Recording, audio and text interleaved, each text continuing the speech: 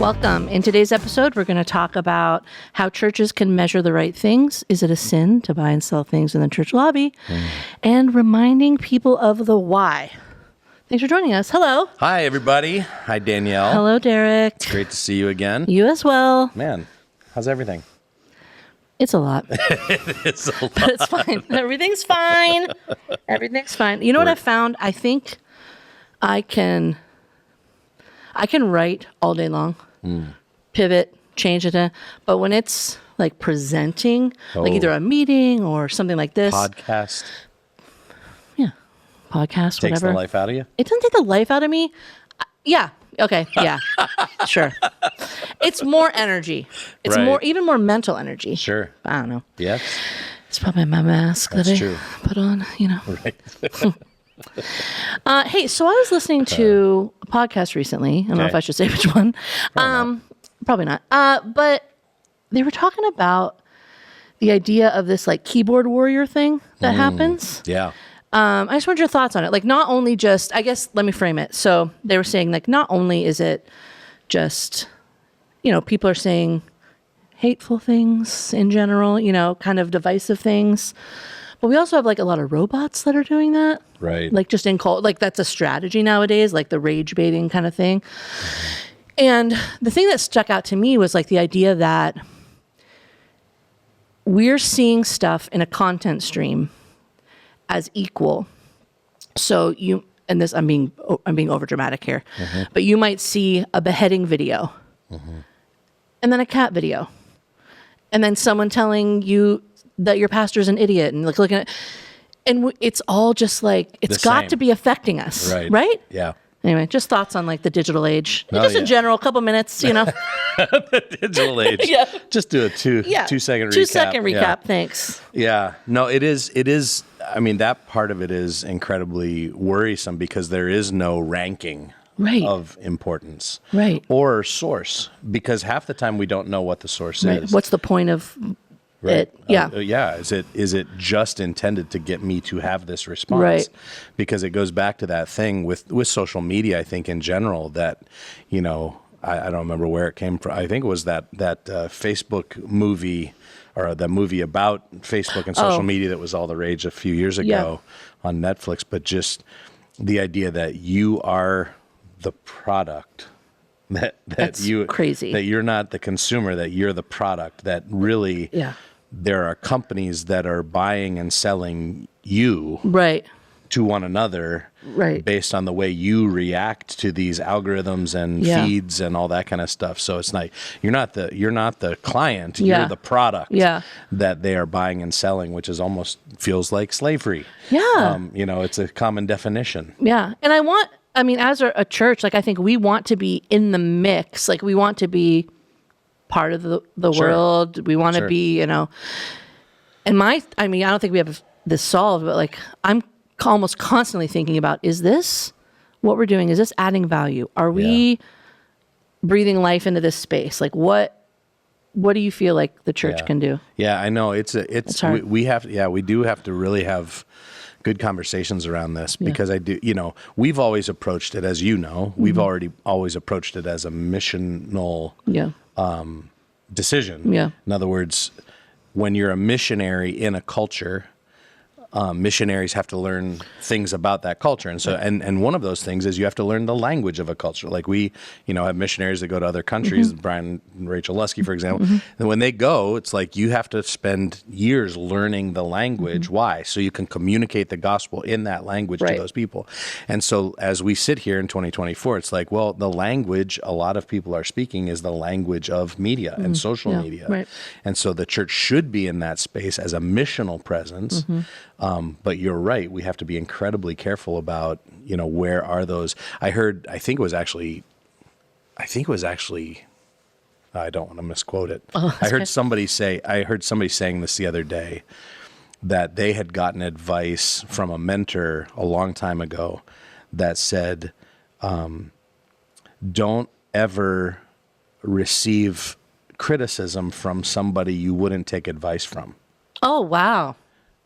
Which I thought was a fascinating thing. That's good. That's interesting. But it goes to the point here of like, when you're in that space, you have the ability to rank. Yes. You have the ability to rank voices. Right. And go, that's a voice I want to listen to. That's not a voice I want to listen to, because I trust that person. I don't trust that person. And when we're just seeing like blanket statements or feeds or stories or whatever come across our feed, we don't have the opportunity to rank the source and go, I trust that person or I don't. And like you said, if it's coming from a bot farm, we shouldn't trust it because it does not have our good in mind. And yet people can get so fired up about, especially heading into elections. It's like people can get so fired up about information that who knows where it came from. Right. And if it's true or not. That's just crazy. It's wild.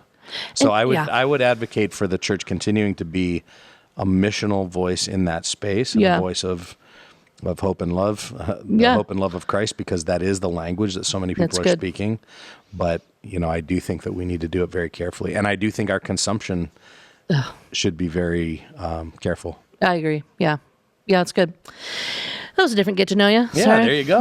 Wow. Yeah. Jumped right into it. I know. I've been thinking about it. So this is my new personal outlet is this podcast. Just counseling. Derek. What do you think I should do? Oh, by the way, do you know what is another pet peeve about social media stuff for me? Oh, wow. Is like, sorry. Hey. Like, you know how people say, like, it's not real life? Yeah. And it's not. Yeah. It's not a living room, okay? Yeah. But it is. Yeah. Like, it still affects us. Like, to say, I get what people mean by that. But we can't act like it doesn't affect us. That's right. It does. And that's, I think, that's part of the danger of being like, like, you can say whatever you want online and then go to work. Well, first of all, gone are those days for Not some anymore. people. And, I don't know. Anyway, blah, blah. Well, and you say that. I think that's that whole, this has always been true, but we have to be so extra diligent about it these days to ask the question, what voices am I allowing in my life? I love that. That's great. What voices am I allowing in my life? And that's we all have to make that decision. Yeah. Hopefully you choose our voices. Just kidding. All right, let's get into your inbox. Okay, behind the curtain moment for the inbox segment. Let's be real. So listen, we told you we're letting you in on the good, bad, the ugly. Yeah. That even applies to this podcast. Yes. So I did my first stupid thing. And I need to just... Well, okay, your first stupid thing on the podcast. On the podcast, because it was week one, and it was like the very first one. Yeah. So, and we made a change right then, but I knew it would kind of bite us a little bit. So in that first week, when we did this from the inbox, which we do want to be a very helpful segment, we want it to help pastors, we want it to help Christians who have these questions or who wrestle with these questions to just have a little backstory and answer. Anyway, on the first week, and we've since changed, and this is the part I want to reiterate, we actually read some actual quotes from an inbox thing, and it was not a smart thing to do. Yeah. And I apologize to because people who write something like that can feel really exposed. And even though it was completely anonymous, nobody knows anybody. You don't know. I don't know who it is. Yeah. So, but I think it can make people feel exposed. And so I just want to say, mainly going forward, first of all, I'm sorry for that. Yeah. But going forward, that, we're going to summarize these and kind of do an amalgam version of the question and then answer that thing so that, you can still feel comfortable emailing your pastor with difficult things and not feel like you're going to be like called out on a podcast for the whole world to hear. So anyway. Unintentional, but sorry. There we go. Yeah. Okay. So summary statement for this email. Yep. Is it a sin to buy and sell things in the church lobby? Didn't Jesus flip over the tables in the temple because people were buying and selling things? Yeah. Have you gotten this one a lot? Just curious. There have been waves of it depending on what's going on. So like sometimes we have a cafe in our churches, and so there is like buying and selling of food and drinks. Yeah. Sometimes places will sell T-shirts or books. I think a lot of churches people will sign up for they'll pay for an event. Yeah, that's good. Or something like a concert or something like that, or a meal that's coming up, and so people will exchange money in the church. So it's ebbed and flowed for us, I think, depending on where we were at. We used to have a soda machine in our lobby. Remember way back in the day? I forgot about that. That people could buy pop if they were here for meetings and that kind of stuff. So anyway, I think certainly pastors deal with that question. I think it's probably in the back of people's minds when they hear the story of Jesus turning over the tables. And so I want to go to that particular story. Okay. What we're trying to do with all these is give a little bit of a richer backstory to what, what's behind some of these things, and then give hopefully some specific advice to responding to these questions.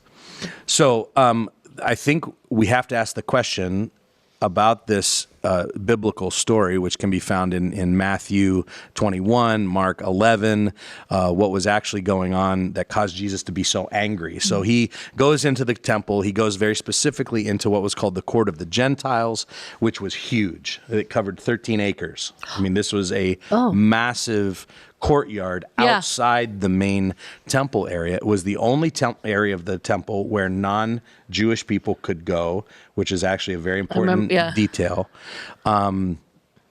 And so under Caiaphas, the high priest, this area had also been turned into a bit of a market, or a bazaar, if you will, where different goods and services were sold. And there were several kinds of businesses that we know historically were kind of going on in this market in the court of the Gentiles. There was what was called the temple tax. And so this is where, literally, Dan, people were being charged to come and worship. So it was like an entry fee to come and worship. So it'd be like somebody coming out into our lobby and they had to buy grace bucks to hand to the usher before they could come into our service. So I can see how it could go that way. No, you can't. No, I'm joking. Not here. I just mean Danielle. Jeez, here. More pastor's inbox fodder. Yeah, go ahead.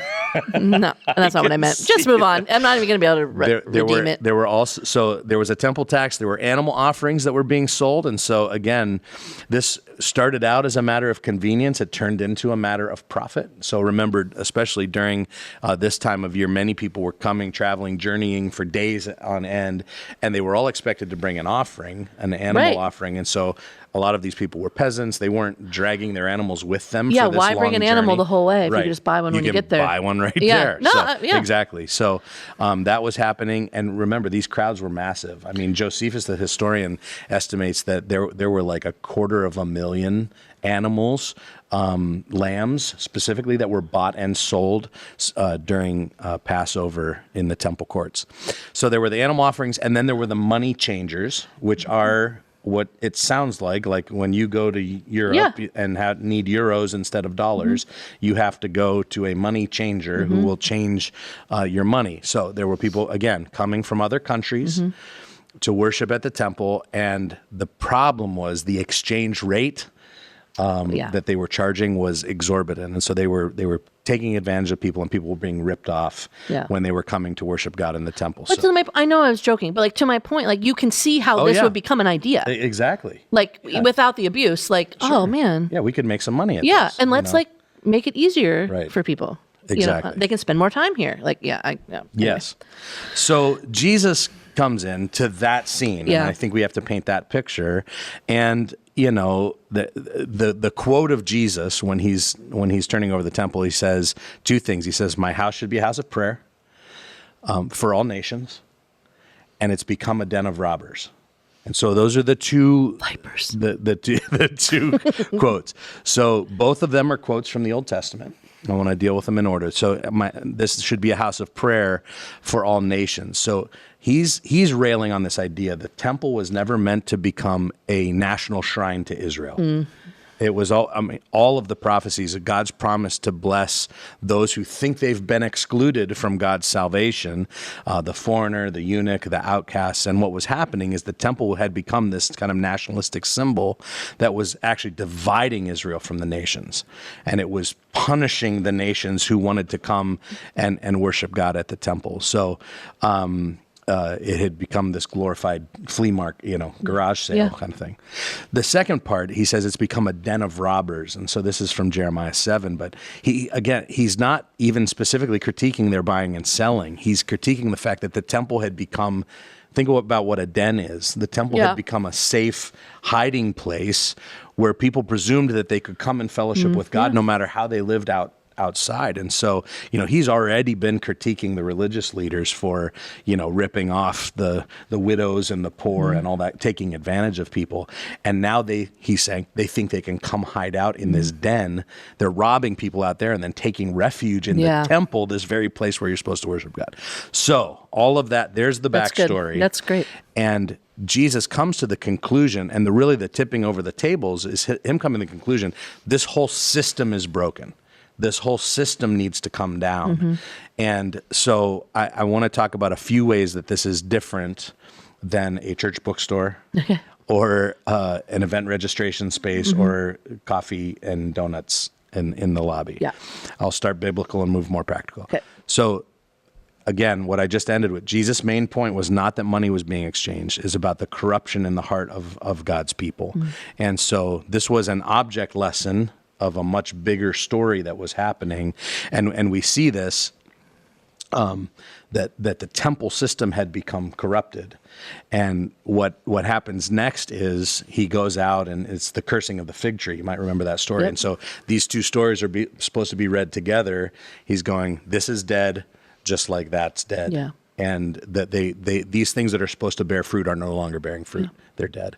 And then he would go on to say, I'm the new temple. So I'm going to tear the temple down and rebuild it in 3 days, and that's me. Yeah.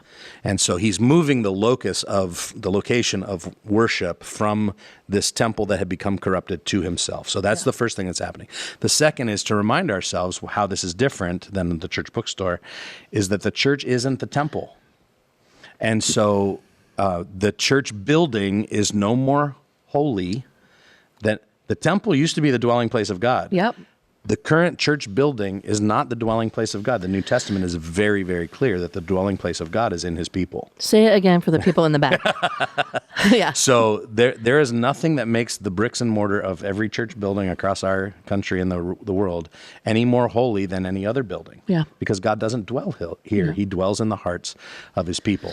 So that's another big difference. Yeah. The third difference, I would say, is that there is, in these church bookstores, as far as I know, certainly in ours, there is no corrupt profiteering going on. So all money that's being collected is not going to, line the pockets of the pastors or something like that. It's being used to provide additional resources in ministry and those sorts of things. And then finally, the things that we're buying and selling are intended to supplement worship and or fellowship. Yeah. So these are just tools to help people to engage in the body of Christ more effectively. And so we're not going, you have to go to the bookstore first, purchase X, Y, or Z, then you can go into the worship center to worship. These are things that are meant to enhance somebody's faith and fellowship. And for us, even historically, for us practically, if we had like a devotional book or something that we based a sermon series off of or wrote it, those are things we always give away. Right. Yeah, it's the extra. Yeah, that's good. Exactly. That's good. Okay, so there you go. There's a long answer to a short question. Well, and that's what happens. Yeah, it is. So hopefully this is helpful for you guys.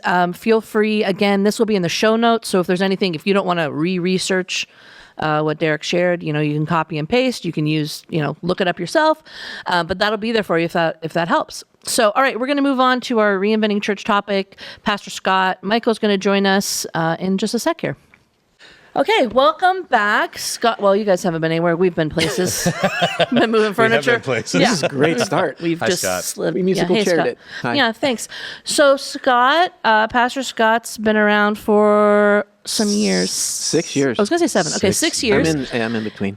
Before working at Grace, you're a professor at a local college, university, and Scott's kind of our resident, just kind of complain a little bit about an ailment that you have, like a body problem. Like one time I got in a car accident, I was like, my wrist, and he fixed it. He's like a little therapist. he's the resident physical therapist on staff. So whether you like it or not, that's I mean, I wear it with a badge of honor. Yeah, at we this love point. it. So keep up I with look the at it this schooling. way. Though. This is probably going to go poorly in somebody's eyes, but I'm saving the church insurance dollars. Oh, wow. Doing the thing. I don't know about that, but maybe. But yeah, so Scott was also part of the year that we spent with Clarity House, preparing and doing all the research for this shift that we're making. And now in our new structure, newish structure, you're basically leading the entire ministry arm of the church. So from Grace sites, our physical locations, GLI, Grace Leadership Institute, which was formerly kind of our external, I don't even know how to explain it. Like a leadership. Yeah, Leadership leadership. center. Yeah.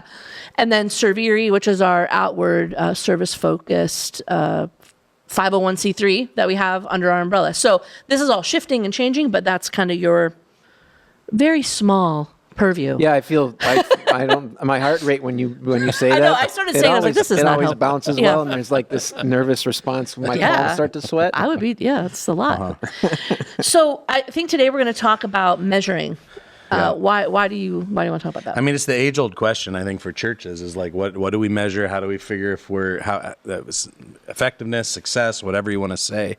And, obviously, shout out to Clarity House. This is one of the big questions that we posed during our 9 months with them, and they kind of forced us to wrestle with is like, what one of our big takeaways was we're changing the scorecard of what we measure. And so it's a challenge to measure things in the church. Every pastor listening, every ministry leader listening knows of this challenge. And I think most churches, including us, just kind of have defaulted to the easiest things to measure, which are attendance and giving. How many people are showing up and how much money are they giving?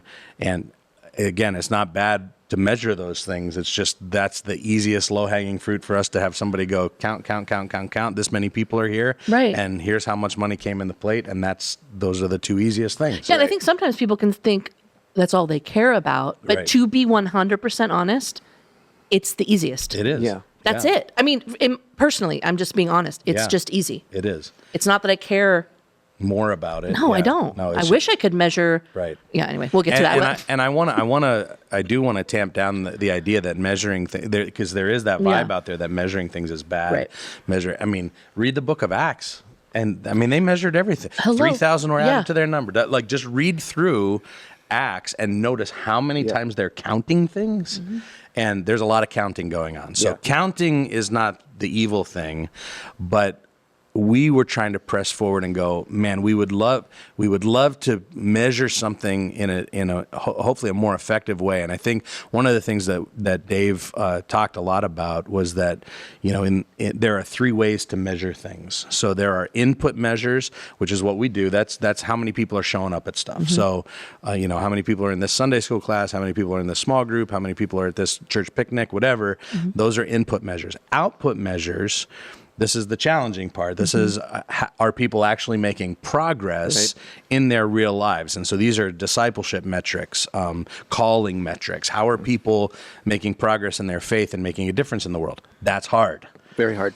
Then there are impact measures, and impact measures then are the bigger picture, like kind of the collective results. Like what if all of these maturing, growing disciples get it? Like what if it clicks? The impact will measure what will happen if we get this right. Love that one. Kind of as a bigger picture. So one of the initial shifts that we have made is to say we want to start measuring discipleship outcomes, and that's hard. And so Scott's going to talk specifically about that, but I just want to acknowledge before I toss to him that all people, this is not just the church, all people development measuring is subjective. And so Dave gave this great illustration where he said, if you're a soccer coach and you've got 20 players on your team and you want to kind of rank them or figure out who's, 1 through 20, and you want to figure out who needs to develop at what, you could do the most detailed 92-point skill assessment test and take all 20 of those players through it. And in the end, the coach still has to put a number down on that page, and that number is subjective. Correct. Like as detailed as that measuring is and whatever, there's still a subjective point to it. And so I just want to remind everyone who's listening, one of the things that we've done is we've created these 4 dream disciple roles. And we've called them compassionate storyteller and savvy follower and intentional friend and embedded influencer. And we've said, okay, those are the 4 roles, discipleship roles, that we want every person at Grace to embody. And we want them to be growing and getting better at all of those things. And so we've said, okay, let's try to measure that. And at this point, we're saying that there's going to be some combination of a self-assessment. That's the main thing. Mm-hmm. I would love at some point down the road for us to get some other people involved, like a life group leader, a mentor that can walk with somebody through that. Wonderful. And they're going, here are my measures. What do you think? Yes. And to have at least another set of eyes on it. But again, all of that to say, no matter how scientific Scott makes this sound, it's still subjective at some level. That's important. Yeah. It's so important. It is so important. Yeah, it's so important. So talk about your background and all this a little bit. So let's give a little background. Where you're coming from. Prior to me being a professor, I practiced clinically. So I was very similar to a PT as an athletic trainer for a small collegiate institution in Michigan. And so outcome measures were very common. So whether it was patient-reported outcome measures, they're called PROMs, PROMs. There were baseline measurements, so like baseline concussion measurements, functional outcome measures. Every decision that was made for someone to like return to play or take a next step was based on an outcome measure. And those were very objective. You had to show this, you had to demonstrate this, you had to demonstrate. So it's just, it's been ingrained in my head.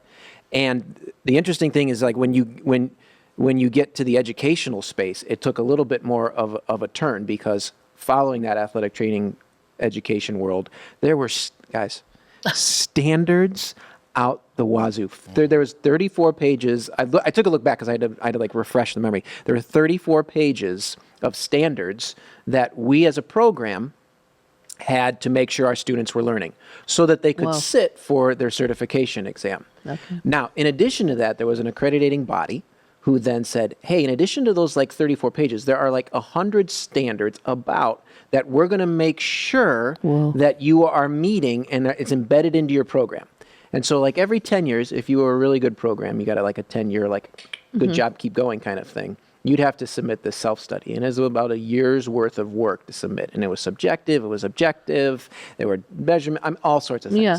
And then there was a person that would come from the governing body and like take a look at the program, lift every rock, and have interviews and everything.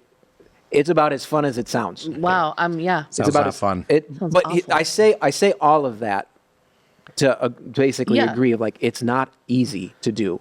It's easy to do the objective thing. It's way harder to do the subjective piece because you're trying to like eliminate a whole bunch of biases as the person writing it. So you're basically trying to get to how do we measure individual growth as a disciple here at Grace? And that was the kind of like the question that we even started, the little group that we started with of, are we going to measure individual growth first, or are we going to measure big church growth? And there was some back and forth. Well, we just need numbers. We need to, and push back. And I said, that's not the first thing that I think we need to do. I think we actually need to struggle with how do we measure individual growth and then go from there, because that's an output measure. Yeah. The impact measure will come later where we'll be able to like get a more of a synthesis of things, but it's not easy. Yeah. It's not an easy process, but hopefully as we talk about it, we'll be able to like break it down, in a little bit of ways. So I'm happy to take this wherever you want to go, but that's kind of, I guess, why I'm sitting in the chair. Yeah, exactly. Kind of thing. And you guys have done some work already. And I think that's what, we're saying. We want to bring people into kind of where we're at right now. And because you've done some work on how, and, I think people probably listening to this, and I still do a little bit, is like, should we even be measuring this kind of stuff? Is it worth it for the church to be this concerned about measuring stuff? And, shouldn't we just say, well, yeah, we're not measuring attendance or giving either, and we're not measuring anything. We're just all going to try to love Jesus and live for him. And it in a way it feels a little bit like a really American thing to do, to like put 100. Strict measures around it. Yeah. But I think what's been helpful for me anyway, as we've walked through this process, is to go, I think people want to know and feel like, what does progress look like? What 100%. Does progress feel like? Right. And sometimes if we just leave it up in the ether and just kind of like, just love Jesus more, I think the average person may not know what to do with that. No. And I think, so I was thinking a little bit about this in between yesterday and today. We're so individualistic in the Western church that I think that I think it would. This is Scott that's a good. talking. No, that's good. But in the ancient church, there was such a communal aspect of things, where it's like, we want you to grow in your faith, and you'd hear that undertone in Sure. like Paul's letters. I'm almost certain that people were able to see an example and be like, I'm not there yet.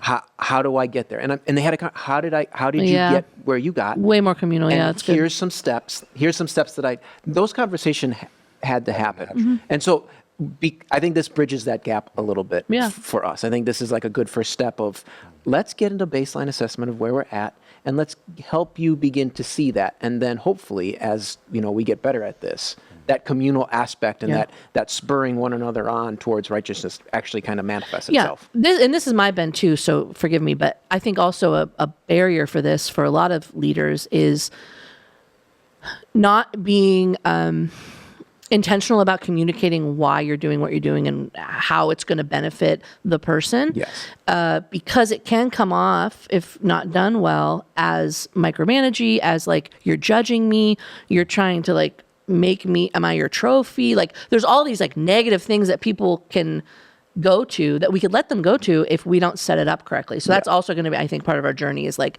how are we going to communicate this in a healthy way, where people are like jacked about it, like excited to do that. I'm excited, but it's because I know the behind the scenes of it. Right. Yeah. And the other thing, you and I had a conversation the other day where I was saying, even just reading through, and it really builds on what you said, Scott, reading through even like the prayers of Paul. Yeah. Yes. The stuff that he prayed for people about was not what we pray for people about. No. We pray for God, help their surgery to go well, help them have a safe trip, help them, those Paul's going, I pray for wisdom, and I pray for knowledge of the holy things, and I pray for, and so he was diving into these kinds of things, going, it was almost like an expected topic of conversation. Yeah. And with a lot of Christians, it's not even the topic of conversation. We're still at this very surface level. And so it does feel a little invasive to be talking about these things. I don't think it's outside the scope of what the Bible actually calls us to talk about. It's like, talk about this stuff. Right. Hold each other accountable to this stuff. Pray for each other. Like, imagine praying for these like character qualities instead of just, have a... And I think that what you just said that's the first time that I've heard that way. I'm just like, yes, that's what this is. That's what this is going to do. It will get us. It will get our people, everybody, to a point that's really trying to work this out. To be like, hey, I'm going after leveling up in this role. I'm just here's a really specific way that I'm asking for you to pray. Love it. How does that not like fire the other person up and me like? Right. Yeah, I levitated off my chair for a second. So hey, talk about some of these categories that we're trying to use to kind of to just define what it looks like for growth to happen, to move people through. Yeah. So what you're going to hear, there's 4 categories, and this is taken from a very fancy thing called Bloom's taxonomy. But a lot of teachers, We'll put it in the show notes. okay, that's probably good. But a lot of teachers use stuff like this to determine where a student's at, but it's also, we use this in our program as well, because you can't just say, you're going to go from a 1 to a 10. Right. We're going to go from a novice to a master.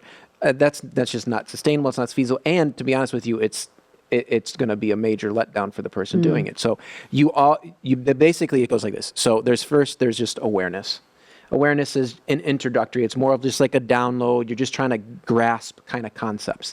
The second level is what we would call competence. So you have this basic fundamental understanding of things. You can maybe recite some things, or you can perform a skill. You can tell that they've acquired enough knowledge to say, yep, you know what, I think you get it. And we'll talk about how we break it down into these 4 roles. Proficiency is the third one. This builds upon that level of competence, but what proficiency says is, I'm able to string together things. I'm able to take individual concepts and tie them together. So for our program, let's take our program, we always taught to the level of proficiency because we knew that it was teaching to a standard. You're talking your college Our program. college program, yeah. So we're teaching to a standard. We know that at that point, you're on your way to becoming a master. And that mastery is, at that point, like more self-driven than anything else. And that's the final stage of this, is that mastery where I've I've analyzed it, I've synthesized it, and now what I'm actually able to do is teach it and mentor it to others. And so when we looked at it, we're like, I think we're going to use these 4 categories to kind of build statements towards this discipleship growth. So I want to come back to the statements for a second, but I also want to say, I think it's also informing us at a macro scale as a church to go, how do we, so for each of these 4 dream disciple roles, what are the rooms, what are the environments where we're taking people through this? So for example, and I'll just kind of so at the awareness level, we've got a couple of different ways that we want to make people aware. We're in our worship services, we're introducing these roles, we're introducing these tools. We've built out some, what are they called? The little 20 by 20s, we call them, where somebody can kind of hit play on a PowerPoint presentation and it introduces a tool to them that will help them with that area. So there's a lot of our launch class is an awareness class where they'll become aware of these discipleship roles. Competency could come in like a life group or a team where somebody's walking through like a 30 or 45 minute version of a training in that role that hopefully will build some competency that they'll be able to say, okay, I get it more. And then proficiency would come. We're actually developing this. This would be more of like a 60 to 90 minute almost like a classroom experience, an interactive classroom maybe an experience. immersive kind of thing. We're going to workshop it out together kind of thing.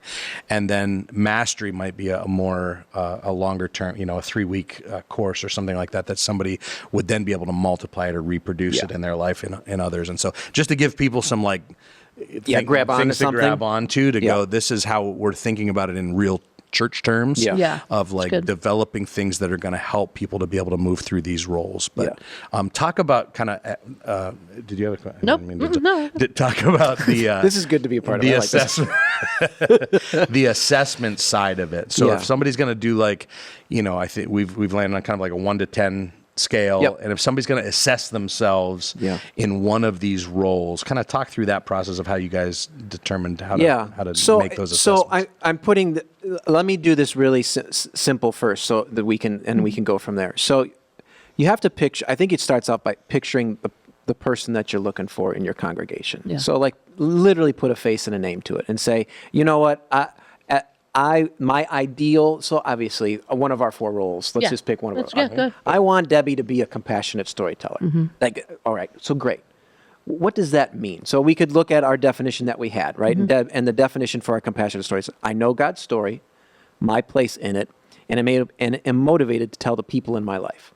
So you start with Debbie. You picture Debbie, and you say, okay, I know where Debbie's at currently. What's it look like for Debbie to like own that and be a 10, like the ideal. Think of the ideal. And then what you do is you have to work backwards from that. And so picture let's just say for giggles that Debbie's a 1. Okay, so she's at the start of this. So you're basically picturing like 10 little, like a lily pad, and you're trying to get to the other side, and you're picturing what's it going to take for Debbie to get from a 1 to a 2? What's that going to sound like? What's it going to look like in her life? And so that's literally how we started. So we took the statement, I know God's story, my place in it, and I'm motivated to tell people in it, and we broke that down. So from just for an example, from an awareness standpoint, well, you don't know God's story at that point. Right. You've heard of it. I've heard of God's story. Like it exists. It exists. Yeah. I know that it's so like honestly, the very first statement says, I have heard about God's story and have a basic understanding of its key elements. Okay. That's okay. So if someone read that statement, they would say, I'm a 1. I'm a 1. Exactly. And that's great because they are self-identifying it. We're not choosing, because I might have a picture of Debbie as like the pastor of the congregation. I'm like, oh, Debbie's at least a 3. Right. And Debbie's just like, actually, I'm posing, and Sunday mornings I'm a 1. Yeah. And then you incrementally build from there. So I've heard the story of Jesus, and now I see that there's a relationship there in it. It's not just a story that that God's right. I'm a part of that. I'm a part of that story. And so you just incrementally, build upon that and break it down in bite-sized chunks. Okay. Does that make sense? Yes. Yeah. Okay. I could keep what Can I ask you a question? So our statement for a compassionate storyteller, I know God's story, my place in it, is that a 10? Or is Like, what's the 10 statement? Yeah, the 10 statement. So the 10 statement is I'm able to mentor others to understand and share their own roles in God's story. Oh, cool. So that synthesizes that, but it personalizes it in that way. I love it. Okay. Does that make sense? Yeah, totally. So, and all of these are going to disciple maker. Correct. Right. Exactly. So the end is not just I'm embodying all these things, but I can lead somebody else through. And that's what 10, that's what we, That's and that awesome. was the ideal, right? If this is a disciple making measure, then the 10 in all 4 of these has to have a disciple making statement to it. Yeah. That's awesome. So let's, unless there's something else that you feel like you want to say about this process that you haven't said yet, I want to just boil it down for a pastor of, I think about a ministry leader of a church of 150 people or 75 people or whatever that's gone, I don't have a Scott Michel on my staff who has this. I don't have a team of data. I don't have a team of data on my staff. I don't really know if this makes sense for me.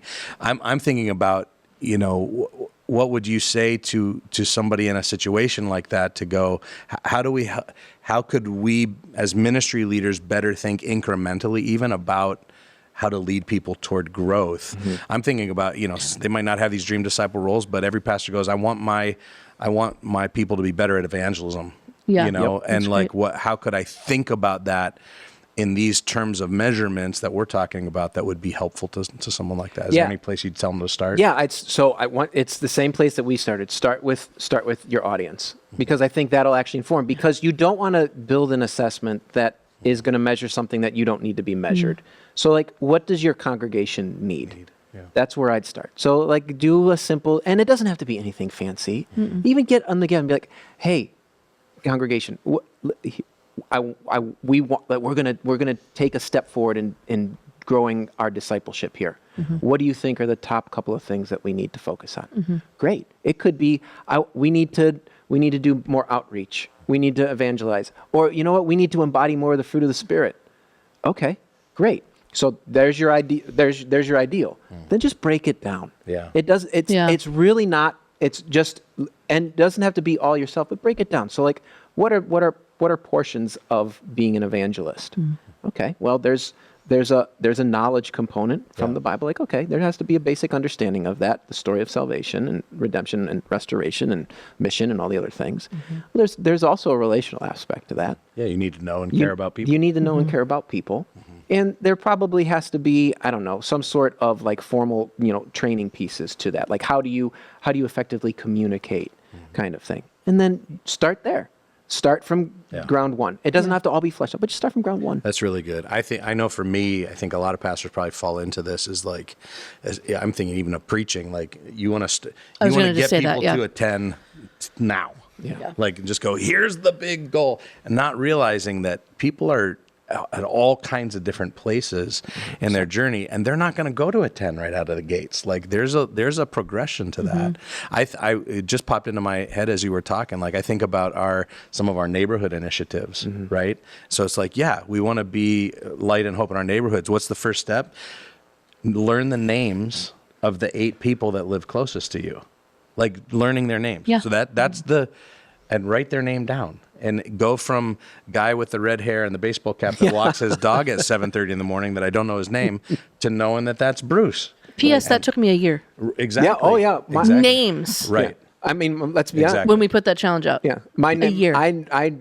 I named my neighbor across the street wrong for about a year. I kept calling her Joe. It wasn't her Joe. Her name wasn't Joe. Awesome. We had like weeds.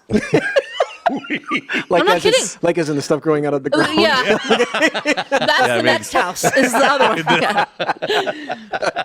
It's just weed. Right? Oh, my bad. Weed. It's a gateway. Oh my goodness. But anyway, I'm just thinking, that whole idea of just thinking incrementally. Yeah. And you, like you said, acknowledging where people are and kind of starting where they are first. And presenting baby steps versus like this incredible ideal that maybe nobody feels like they can ever reach. I think that's really helpful. Yeah. And turning your attention as the leader to your environments once you've, thought through that work. What I was going to say something different about preaching is you don't have to solve it. Correct.